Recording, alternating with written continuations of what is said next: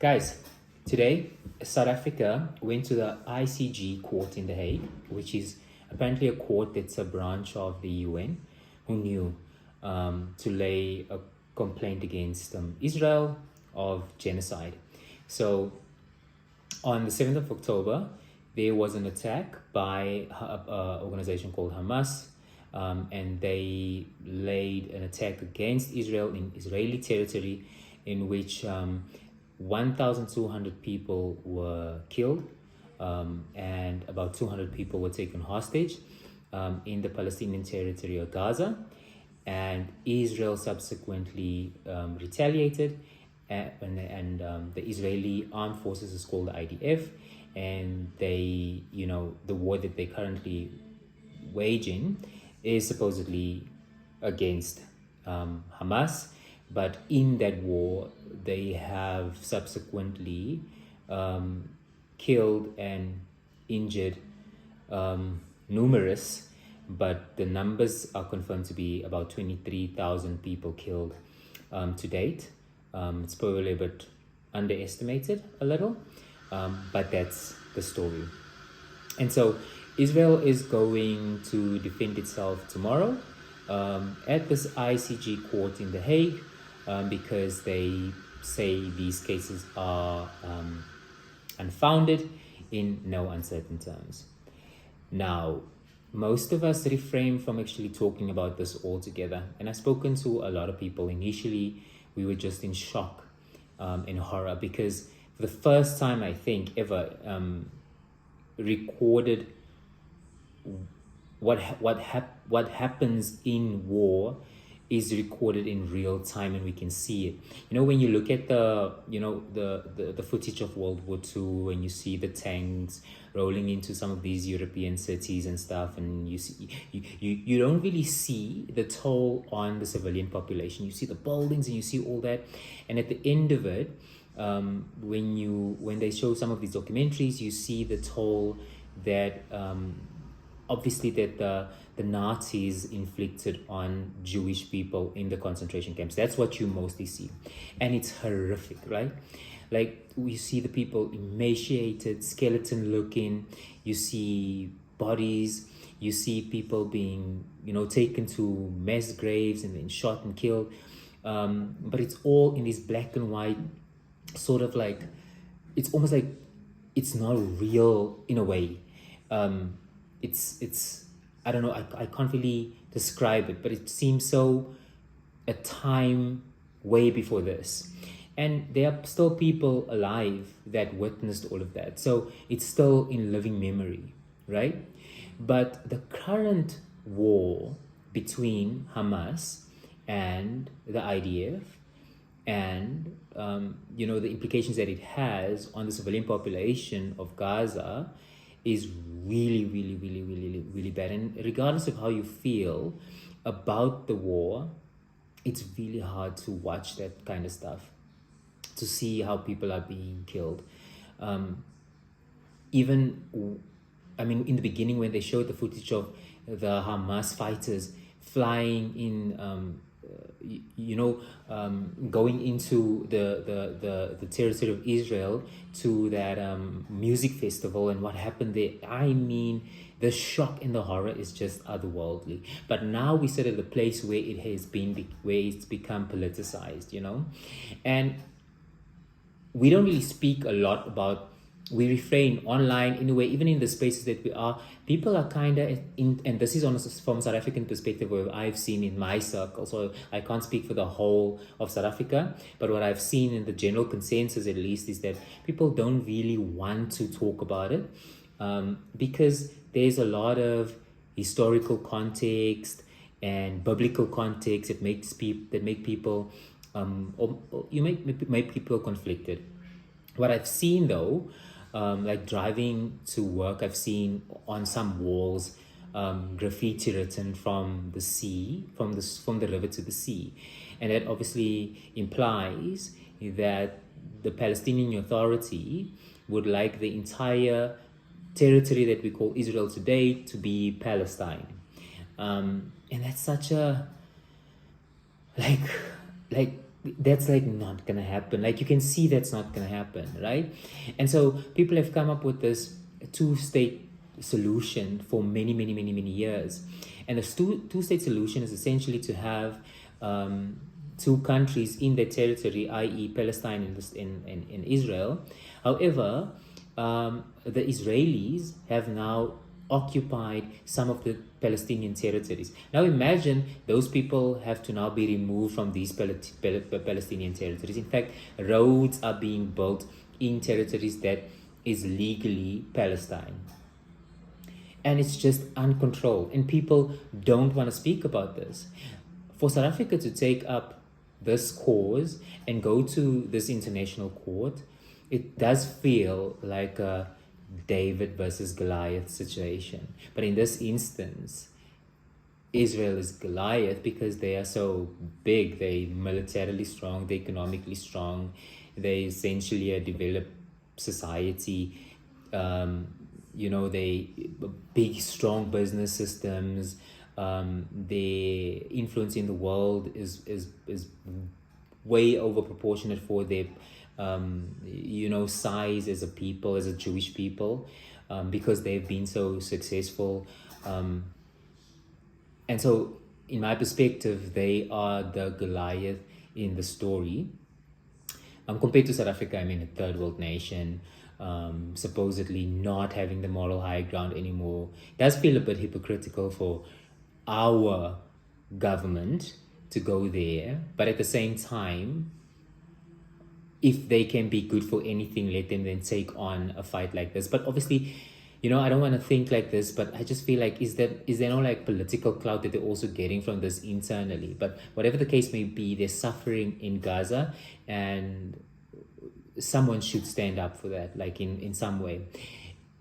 Hamas against the IDF is also, really a David and Goliath story. Hamas has nothing capability that the Israeli military has. Israel has this Iron Dome, and they can barely get rockets. So on a daily basis, apparently thousands and thousands of rockets are being shot from Gaza into Israel, and one or two might get through from all those thousands because they have this defense system called the Iron Dome, and it's been protecting them. And so from my perspective, again, it's a David versus Goliath situation.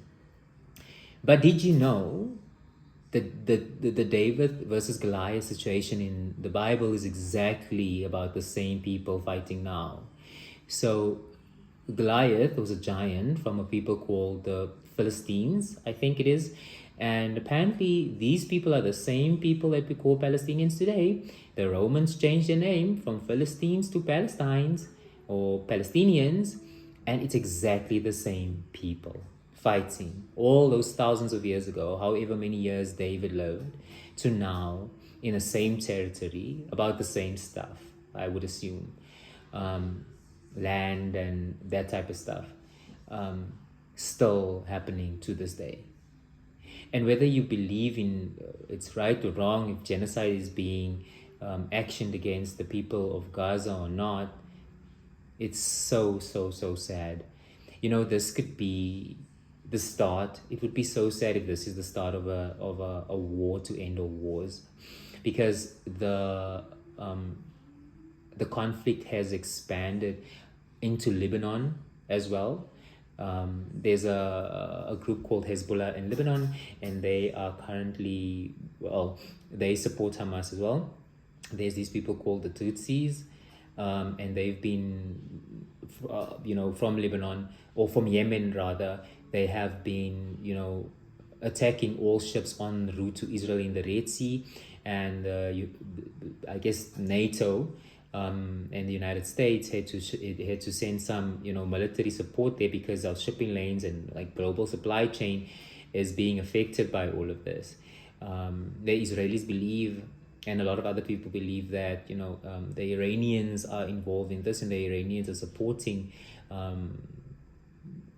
the Hamas and Hezbollah to actually do this, what's currently happening.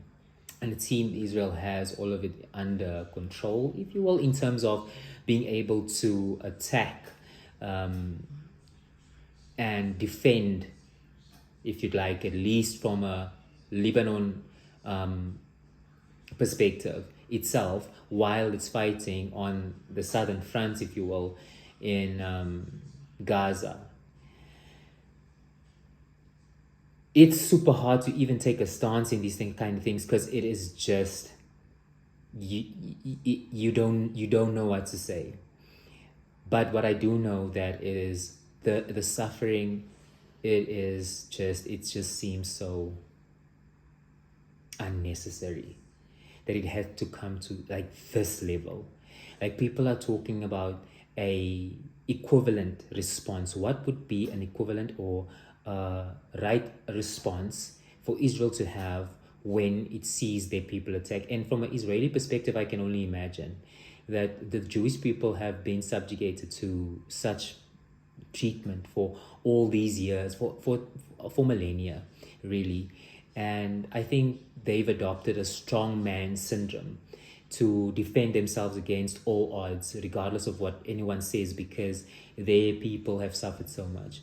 But at what cost? Because how many enemies are they creating in doing this, what they are doing?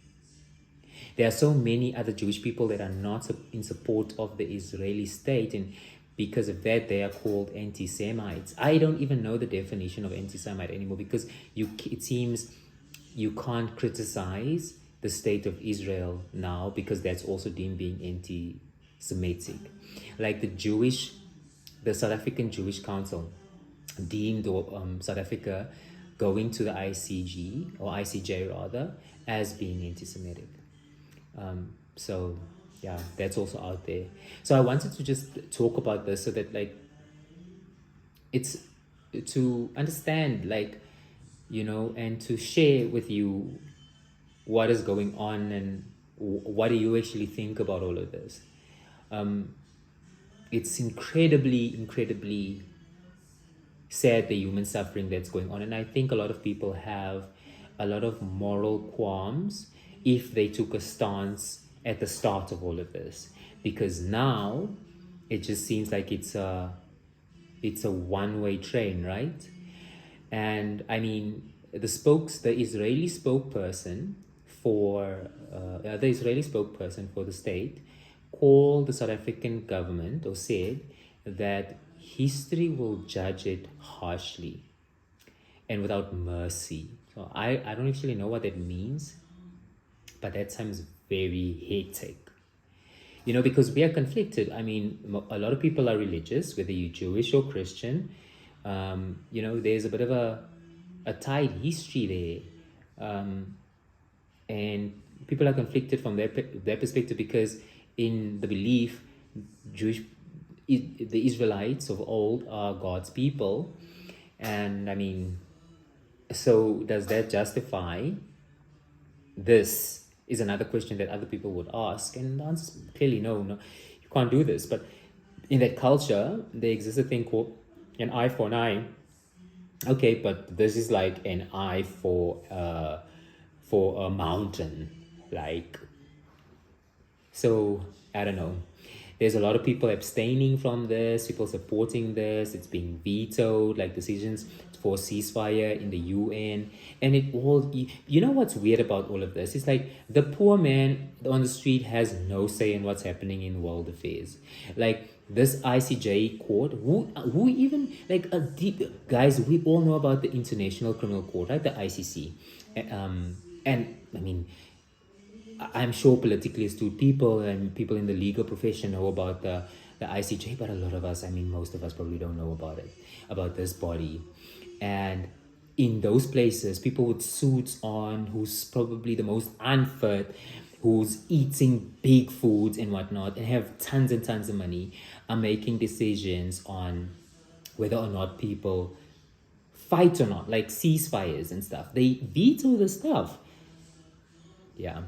And this is the way the world works. This is what we've decided on. We have elected all of these people, and they decide and we follow.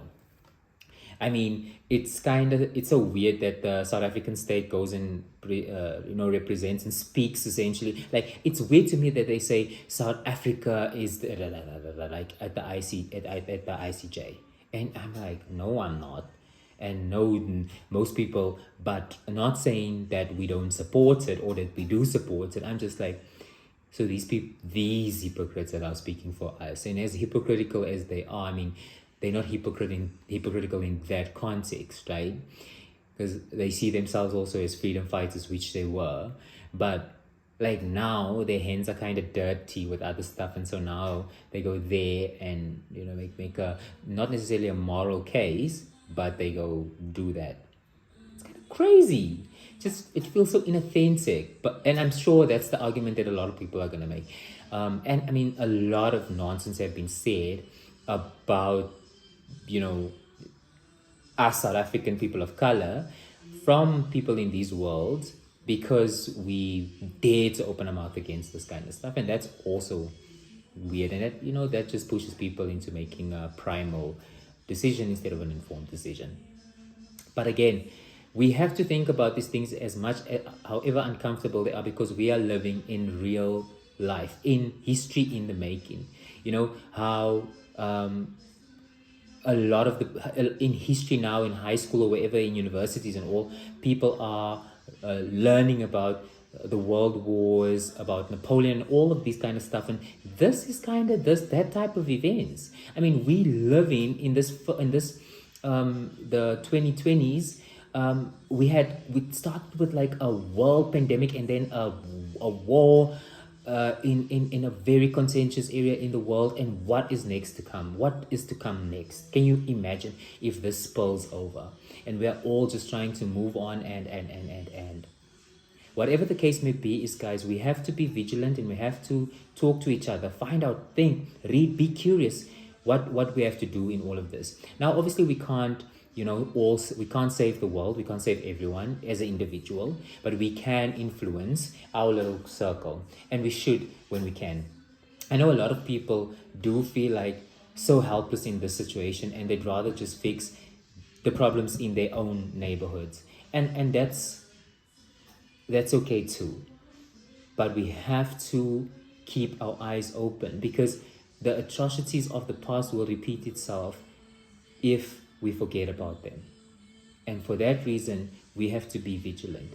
So tomorrow, Israel will make its case at the ICJ. We see what happens from then, and let's follow.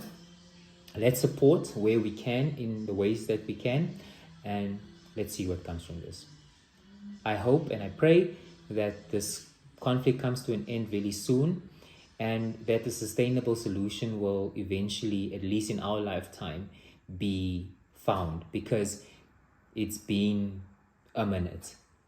If I'm not mistaken, it's been just over 70 years, 60 years, and a solution it has to come, because this is not sustainable. And what has happened is sad for humanity. It really is. Anyway, guys, go like and subscribe and leave some comments about this topic.